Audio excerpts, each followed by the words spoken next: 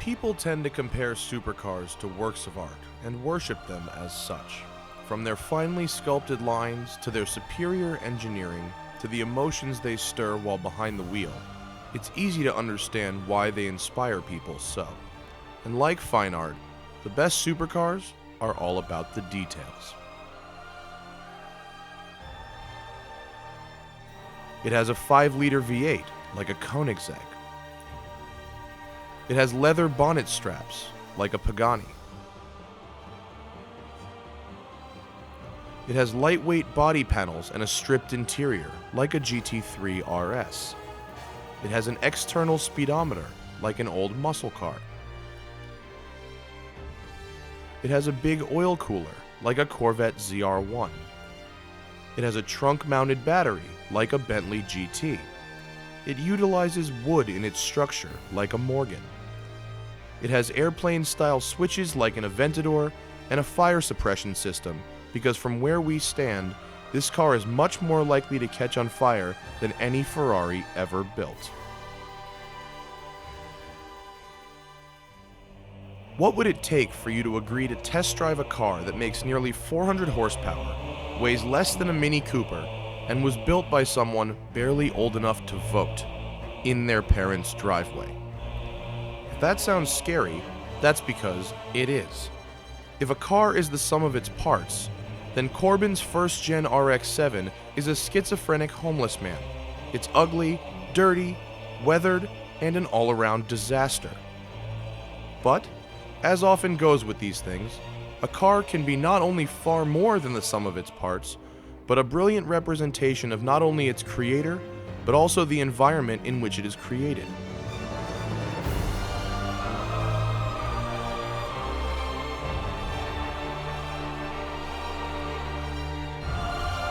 And now it's time we meet this monster's creator, Corbin. He's only 19, but for the past few years has dumped every dollar he's earned delivering pizzas into his mischief mobile. Well, it's what started out as a 1984 Mazda RX-7 with a 12A and an automatic owned by someone who's probably dead now. But anyway, I got in a ditch in Fresno for about $350, had to trailer it back, listened to Johnny Cash the whole way, and I decided that I needed something insane, something that would try to kill me at any opportunity. Life wasn't exciting enough. Anyway, so I decided it needed a V8 and something that I could really have fun in the canyons with, not care about, beat on mercilessly, and that would hopefully take it without breaking. The off-the-shelf components are trick flow heads, Edelbrock manifold, 24-pound Cobra injectors. What else do we have on there? DFI fuel rails, we have a Walbro pump going on, we have a Jegs radiator with a custom mount bracket. Half the stuff's custom. Some Volvo ducting to keep the air going through the radiator. What else do we have? BBK chromed long tubes, we have a CNL intake, a 70mm throttle body. We also have a K&N filter, a 65mm Thunderbird supercharged MAF, a T5 with an unsprung 6-puck cerametallic clutch, and a 12-pound aluminum flywheel with an ACT Stage 3 pressure plate that I didn't want, but is the only one they had, so I was like, whatever, send it over. Use the RE Speed coilover conversion kit, so it has adjustable height hats, 350-pound springs up front, 200s in the rear, Illumina 5-way adjustable dampers, full poly. I have a little burn mark. Yeah, you can barely see it from where I got molten rubber burning out the old bushings, because this car just beats me whenever possible. And also camber plates to top it off. And if you'll allow me a minute, I'll explain why this rusted mess of a sports car is one of the best homebrew tuner cars I've ever driven.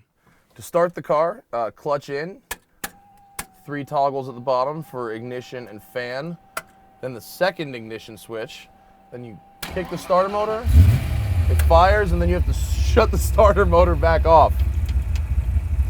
Nice little shifter, actually. The e-brake works, that's good. Sunroof comes out, so it can I can actually fit.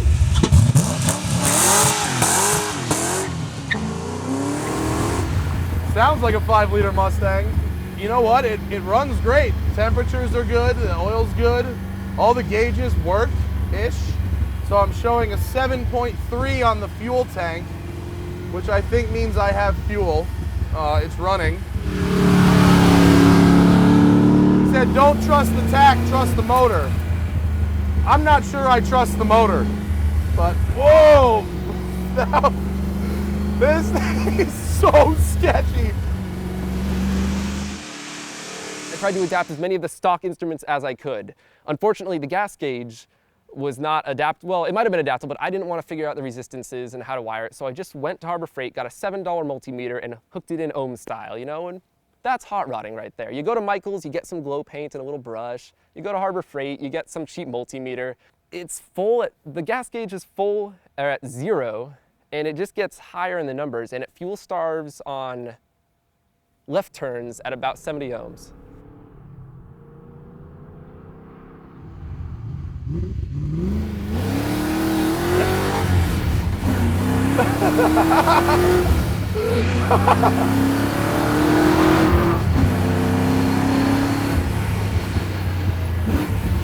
Well, this thing's a piece of crap, but it's a fast piece of crap. It's a hot rod, and to get philosophical for a brief moment, what makes a hot rod? It has to have rebellion, in my opinion. And so there we have an offensive statement. And we also have free candy, which is, the cops don't like that one very much. And we also have pedo bear and a troll face. Basically, I didn't think it was making people angry enough. You know, you gotta troll on people with your car sometimes, and I think this has done a superb job now that I have jokes all over the thing. And I mean, is there a more obnoxious place to drive this car than in the hills of Malibu, ruining these people's view, ruining their quiet and peace, and just with the ugliest, ricketiest, most obnoxious, best car ever.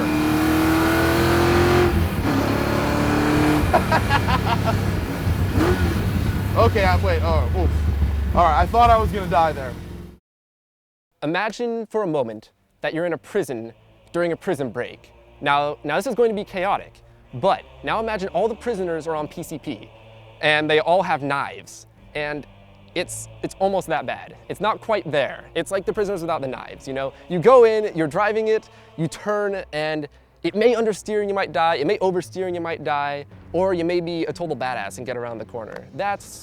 You just kind of take it corner by corner, you know? It reminds you every day that you may die at any moment, especially while driving this car. That's what it's like to drive.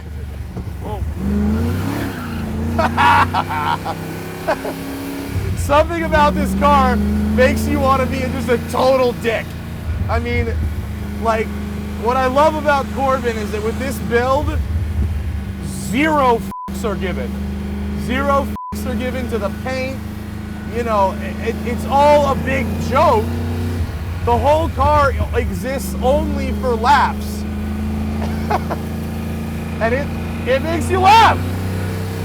I mean, whether you're driving it, whether you just see him drive by, whether he cuts a corner sideways at a zillion miles an hour,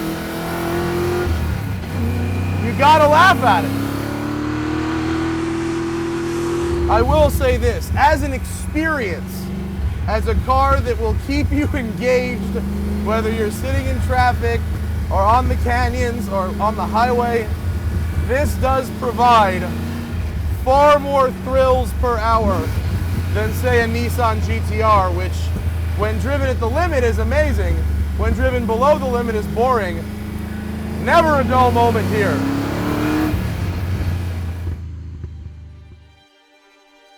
While yes, this car terrified me on camera, not for lack of capability, rather for the potentially dire consequences of an otherwise small accident, something happened over the course of our drive.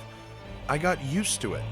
Once you understand how to manhandle it, the Mazda no longer becomes scary and transitions into a raw, sticky, and very capable Hoonmobile that would absolutely dominate a Lemons race if only it were cheap enough.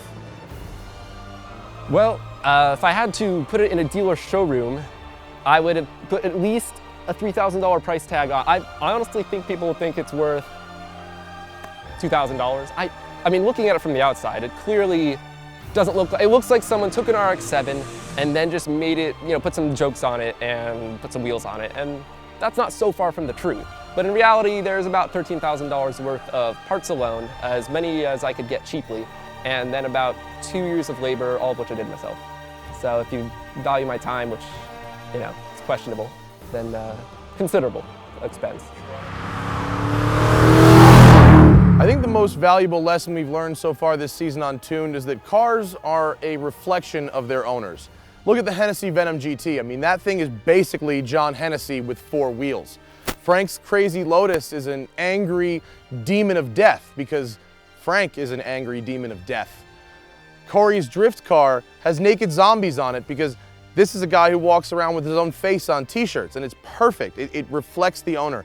And Corbin's car, he wanted to go fast. He lives at home with his parents. He doesn't care what people think. More importantly, he wants to get a rise out of people in Malibu with all this money with his angry, fast, crazy RX7. It has character coming out of every ghetto drilled hole in this car. And that's what I love about this car. This car is Corbin on wheels. See y'all next week. Here you see low down, we have our Corbin special. It's the Aero plank. It's not patented yet, so you can't use this. Well, don't use this, please, until I get it patented so I can get money out of you. Well, you see, we here at Corbin Motors have done the finest testing in all conditions. We went up stunt road and then went down stunt road and repeated until the car could do it many times without braking. And it almost is there. We'll find out.